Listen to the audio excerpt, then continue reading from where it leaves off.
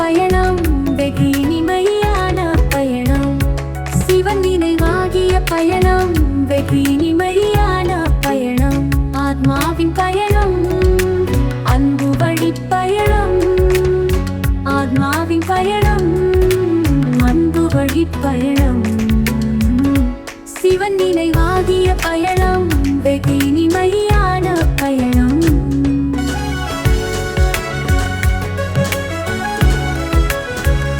அலைபாயும் மனதை அடக்கி ஆளும் பயணம். நிலையில்லாத உடலை மறக்கச் செய்யும் பயணம். விலை மதிக்க இயலாத சொர்க்கம் நல்கும் பயணம். நிலையான இன்பம் தருகின்ற பயணம். சிவன் நினைவாகிய பயணம் வெகு இனிமையான பயணம். பரந்தாமம் செல்லும் இனிய நல்ல பயணம். நிரந்தர சுகம் நல்கும் தூய்மையான பயணம். மனிதனை தேவனாக்கும் மகத்தான பயணம். அழியாத அறக்காக்கும் அற்புத பயணம். சிவன் நினைவாகிய பயணம் வெகு இனிமையான பயணம். ஓம் சாந்தி. முரளி டேட் 26/5/2026 பாப்தாதா மதுபன். இந்த முரளியில் பாபா ஸ்வயம் பகவானே நமக்கு ஆசிரியராக இருந்து படிக்க வைக்கிறாரு. ஸோ அந்த ஒரு குஷி போதை என்பது இருக்க வேண்டும் என்கிறார். அடுத்து இந்த படிப்பை ஒரு வித்தியாசமான ஒரு படிப்பு எப்படிப்பட்டதுன்னா, இதில் என்ன சிறப்பு அப்படின்னா, இந்த படிப்பை காலம் கடந்து வரக்கூடியவர்கள், அதாவது நீண்ட காலம் படித்து கொண்டிருப்பவர்களை விட புதிய குழந்தைங்களாக இருக்கிறவங்க கூட வேகமாக முன்னேறி செல்ல முடியும் என்பது இந்த படிப்பினுடைய சிறப்பு தன்மைன்னு பாபா சொல்கிறார். இந்த வாழ்க்கை வைரம் போன்றது. ஸோ இதை சோழிகளுக்கு பின்னால், அழியக்கூடிய விஷயங்களுக்கு பின்னால் போய் அதை இந்த வைரம் போன்ற வாழ்க்கையை இழக்கக்கூடாதுன்றதையும் பாபா ஞாபகப்படுத்துகிறார். ரெண்டாவது, இந்த ஈஸ்வரிய கல்வி, இந்த கல்வியை நமக்கு சொல்லித்தரக்கூடிய படிப்பிக்கக்கூடியவரிடம் நமக்கு அன்பு என்பது இருக்க வேண்டும். ஓம் சாந்தி. முரளி டேட் 26/5/2026 பாப்தாதா மதுபன் காலை முரளி. முரளி ஹெட்டிங்: இனிமையான குழந்தைகளே, ஸ்வயம் பகவான் நமக்கு ஆசிரியராக இருந்து படிக்க வைக்கிறார். நாம் அவரிடம் ராஜயோகத்தை கற்றுக்கொண்டு இருக்கிறோம். பிரஜாயோகம் கிடையாது என்ற குஷியில் எப்போதும் இருங்கள். ஸ்வயம் பகவான் நமக்கு ஆசிரியராக இருந்து படிக்க வைக்கிறார். நாம் அவரிடம் ராஜயோகத்தை கற்றுக்கொண்டிருக்கிறோம். பிரஜாயோகம் கிடையாது என்ற குஷியில் எப்போதும் இருங்கள். கேள்வி: இந்த படிப்பின் சிறப்புத்தன்மை என்ன? நீங்கள் எதுவரை முயற்சி செய்ய வேண்டும்? இந்த படிப்பின் சிறப்புத்தன்மை என்ன? நீங்கள் எதுவரை முயற்சி செய்ய வேண்டும்? பதில்: இந்த படிப்பை நீண்ட காலமாக படித்து கொண்டிருப்பவர்களை விட புதிய குழந்தைகள் வேகமாக முன்னேறி சென்று விடுகிறார்கள். 3 மாத கூர்மையான புத்தி உடைய, அதாவது தீவிர முயற்சியாளர்கள் குழந்தைகள் பழையவர்களை விட முன்னேறி போக முடியும். பாபா ஊக்கம் தரார். இதுவும் சிறப்புத்தன்மையாகும். முழுமையாக தேர்ச்சி அடையாதவரை, கர்மாத்தித் நிலையை அடையாதவரை, கணக்கு வழக்கு முடியாதவரை நீங்கள் முயற்சி செய்ய வேண்டும். ஓம் சாந்தி. குழந்தைகள் எங்கே அமர்ந்திருக்கிறீர்கள்? எல்லையற்ற தந்தையின் பள்ளிக்கூடத்தில். மிகவும் உயர்ந்த போதை குழந்தைகளுக்கு இருக்க வேண்டும். யாருடைய குழந்தைகளுக்கு? எல்லையற்ற தந்தையின் குழந்தைகள் அல்லது ஆன்மீக குழந்தைகளுக்கு. பாபா ஆத்மாக்களைத்தான் படிக்க வைக்கிறார். குஜராத்தி அல்லது மராட்டியர்களை மட்டும் படிக்க வைக்கவில்லை. அது பெயர் ரூபமாகிவிட்டது. பாபா ஆத்மாக்களை தான் படிக்க வைக்கின்றார். நம்முடைய எல்லையற்ற தந்தை அவரே. அவரை பகவான் என்கிறோம் என குழந்தைகள் புரிந்து கொள்கிறீர்கள். பகவான் வாக்கு என்று கூட நிச்சயம் இருக்கிறது. ஆனால் பகவான் என்று யாருக்கு கூறப்படுகிறது? இதை புரிந்து கொள்ளவில்லை. சிவ பரமாத்மாய நமக என்று கூட கூறுகிறார்கள். பரமாத்மா ஒருவரே ஆவார். அவர் உயர்ந்ததிலும் உயர்ந்த நிராகாரர் ஆவார். உங்களுக்கு கிருஷ்ண பகவான் படிக்க வைக்கவில்லை. படிப்பித்ததும் இல்லை. ஆத்மாக்களாகிய நம்முடைய தந்தை நம்மை படிக்க வைக்கின்றார் என நீங்கள் அறிவீர்கள். பகவான் நிராகாரராக இருக்கிறார். சிவனுடைய கோவிலுக்கு செல்கிறார்கள், அவருக்கு பூஜையும் செய்கிறார்கள் என்றால் நிச்சயம் ஏதாவது ஒரு விஷயம் இருக்கும். பெயர் ரூபத்திலிருந்து விடுபட்ட எந்த ஒரு பொருளும் இருக்காது. இதையும் நீங்கள் தான் புரிந்து கொள்கிறீர்கள். முழு உலகத்திலும் வேறு யாரும் அறியவில்லை. நீங்கள் இப்போது அறிந்து கொண்டிருக்கிறீர்கள். நீண்ட காலமாக அறிந்து கொண்டு வந்துள்ளீர்கள். நீண்ட காலமாக வருபவர்களை காட்டிலும் புதியவர்கள் வேகமாக போக முடியாது என்பது கிடையாது. இதுவே சிறப்பு தன்மையாகும். இந்த படிப்பினுடைய சிறப்பம்சம். 3 மாத புதிய குழந்தைகள் கூட மிகவும் புத்தி கூர்மை உடையவர்களாக ஆகிவிடுகிறார்கள். பாபா இந்த ஆத்மாவின் புத்தி மிகவும் கூர்மையாக இருக்கிறது என்று கூறுகிறார்கள். புதியவர்கள் கேட்கும்போது மகிழ்ச்சியால் மிகவும் உணர்ச்சி வசப்பட்டு போகிறார்கள்.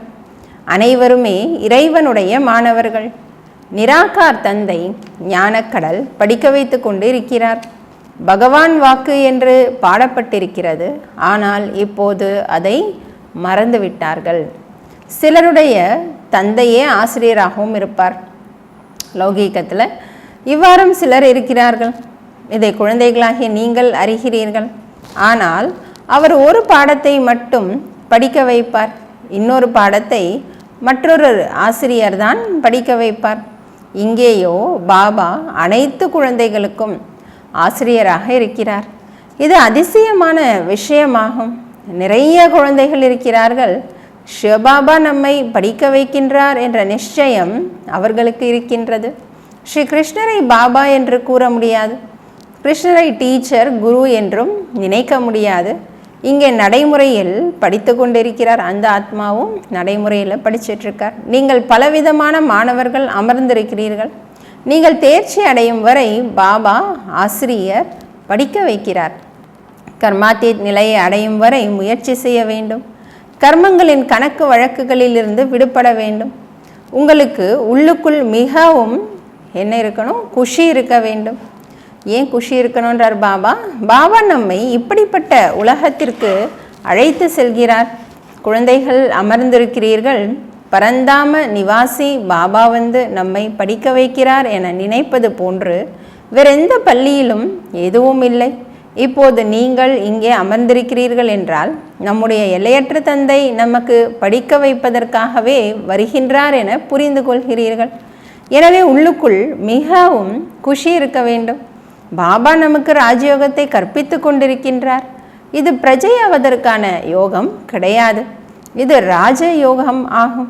இந்த நினைவினால்தான் குழந்தைகளுக்கு குஷியின் அளவு அதிகரிக்க வேண்டும். ஸோ எத்தனை குஷிக்கான பாயிண்ட், எவ்வளவு பெரிய தேர்வு, நீங்கள் எவ்வளவு சாதாரணமாக அமர்ந்திருக்கிறீர்கள். முஸ்லீம்கள் குழந்தைகளை ஜமுக்காலத்தில் அமர வைத்து படிக்க வைக்கிறார்கள். நீங்கள் நிச்சயத்தோடு இங்கே வருகிறீர்கள். இப்போது பாபாவின் முன்பு அமர்கிறீர்கள். நான் ஞானக்கடல் என பாபாவும் கூறுகிறார். நான் கல்பமாக வந்து ராஜயோகத்தை கற்பிக்கிறேன். கிருஷ்ணரின் 84 பிறவிகள் என்றாலும் பிரம்மாவின் 84 பிறவிகள் என்றாலும் விஷயம் ஒன்றுதான். பிரம்மாதான் கிருஷ்ணர் ஆகிறார். இதை புத்தியில் நன்கு உறுதியாக பதிய வைத்து கொள்ள வேண்டும். பாபாவுடன் மிகவும் அன்பாக இருக்க வேண்டும். ஆத்மாக்களாகிய நாம் அந்த தந்தையின் குழந்தைகளாகும். பரம்பிதா பரமாத்மா வந்து நம்மை படிக்க வைக்கின்றார். கிருஷ்ணர் செய்ய முடியாது. இவ்வாறு கிருஷ்ணர் படிக்க வைத்திருக்க முடியாது. கிரீடம் போன்றவைகளை இறக்கி வைத்துவிட்டு வந்திருக்கலாம். இப்போது படிக்க வைப்பவர் முதியவராக இருக்க வேண்டும். நான் வயதான உடலில் இருக்கிறேன், இது நிச்சயிக்கப்பட்டிருக்கிறது என்று சிவபாபா கூறுகிறார். சிவபாபா பிரம்மா மூலமாகத்தான் படிக்க வைக்கிறார். பரம்பிதா பரமாத்மா பிரம்மா மூலமாக ஸ்தாபனை செய்கிறார் என்கிறார்கள். இப்போது பிரம்மா எங்கிருந்து வந்தார்? இதை புரிந்து கொள்ளவில்லை. பாபா அமர்ந்து அடிக்கடி குழந்தைகளை விழித்தெழ செய்கிறார். டெய்லி முரளியில் விதவிதமான பாயிண்ட்ஸ் கொடுத்து பாபா நமக்கு விழிப்புணர்வை ஏற்படுத்துகிறார். பிறகு மாயை தூங்க வைத்து விடுகிறது. இப்போது நீங்கள் எதிரில் அமர்ந்திருக்கிறீர்கள். நான் உங்களுடைய ஆன்மீக தந்தை என புரிந்து கொள்கிறீர்கள். என்னை அறிந்து கொண்டீர்கள் அல்லவா?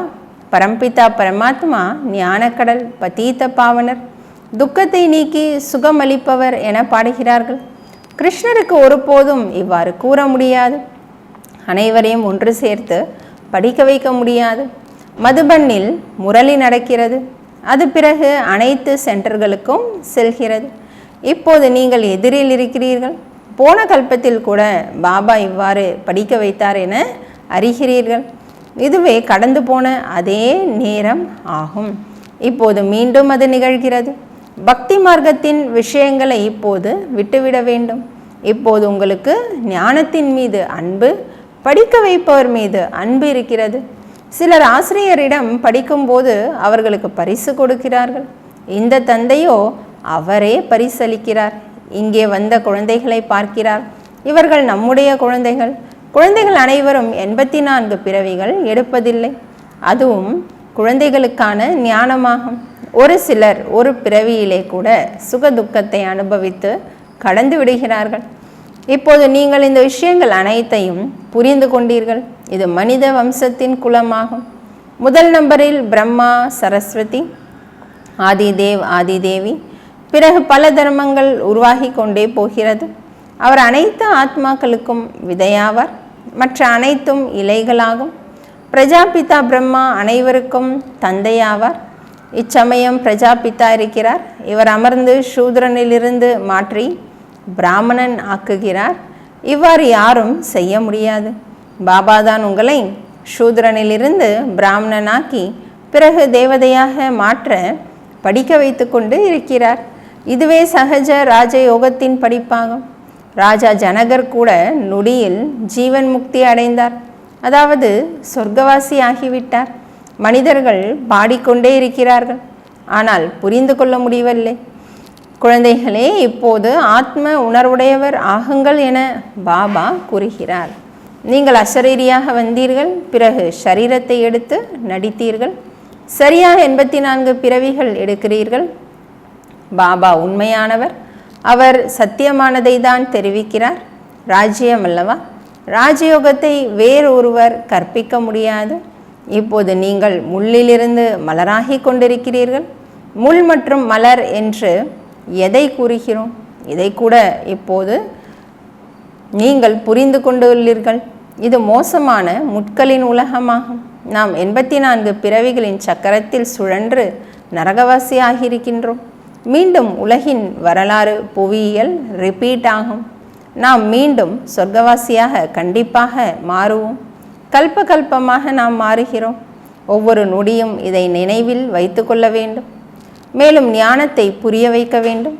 இந்த லக்ஷ்மி நாராயணன் சூரிய வம்சத்தினர். கிறிஸ்து வந்தார். அவரை ஆரம்பத்தில் மிக குறைவாக பின்பற்றுபவர்கள் இருந்தனர். ராஜ்யம் கிடையாது. இப்போது பாபா வந்து சத்தியுக ராஜ்யத்தை ஸ்தாபனை செய்கிறார். சங்கமயுகத்தில்தான் ஸ்தாபனை நடக்கிறது.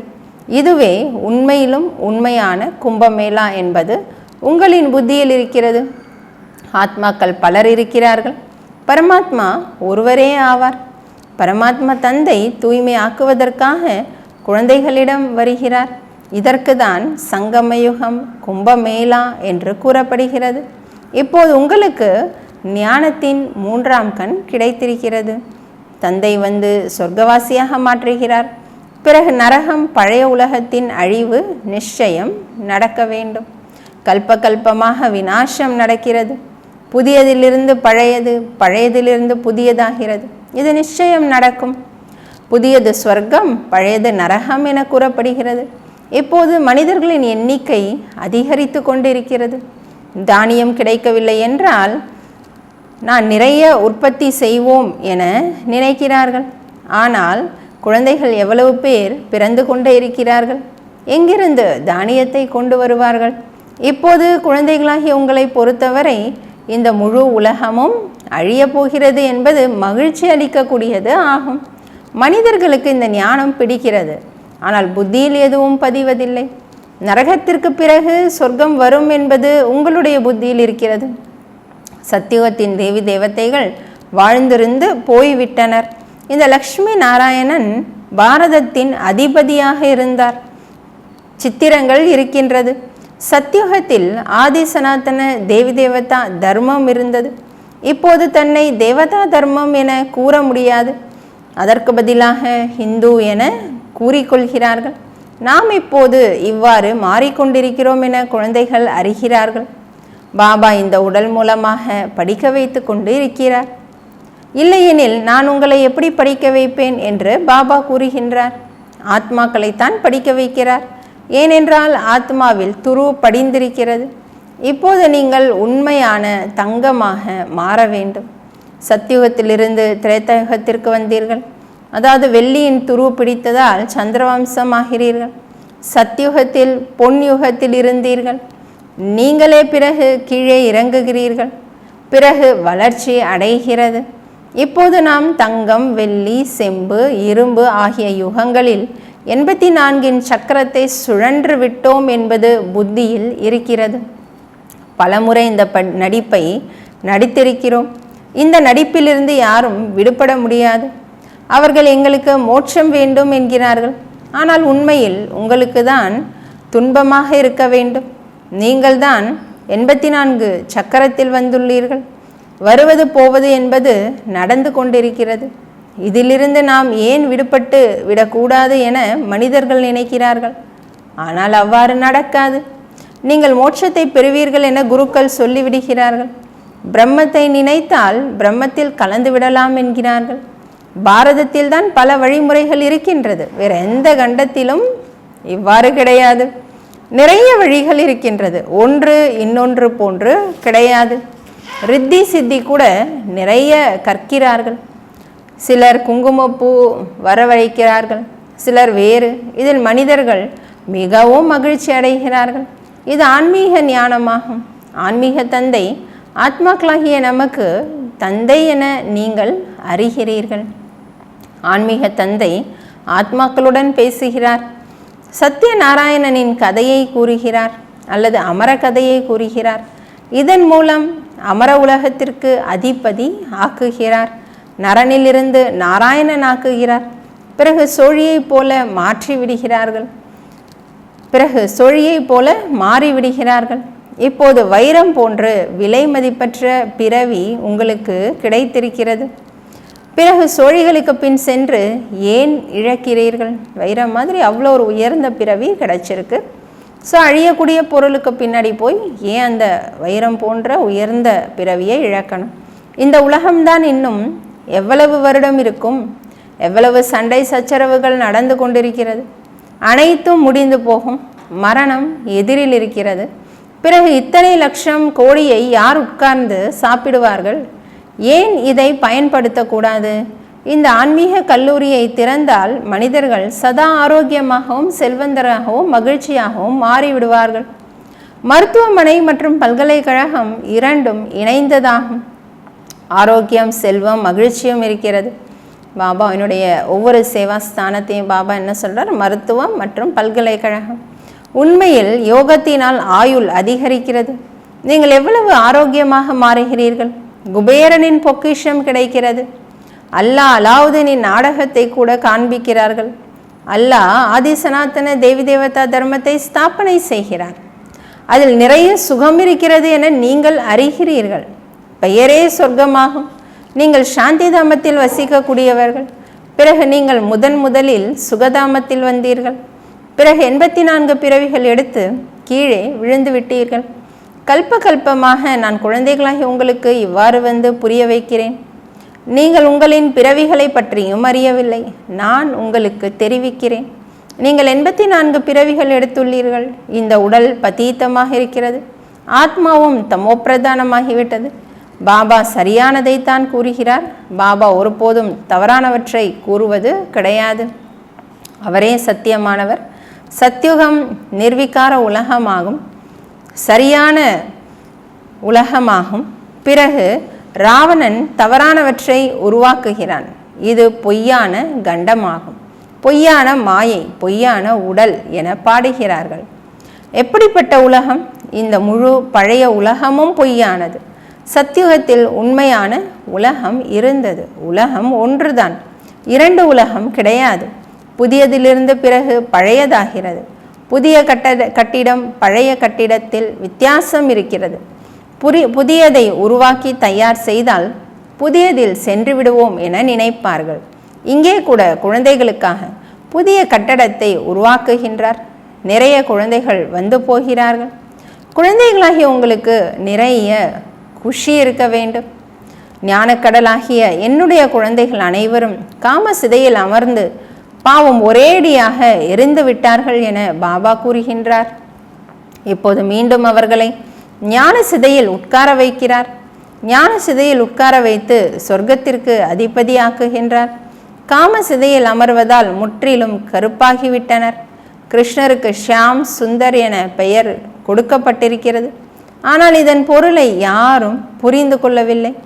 இப்போது நீங்கள் என்னவாக இருந்து என்னவாக மாறுகிறீர்கள்?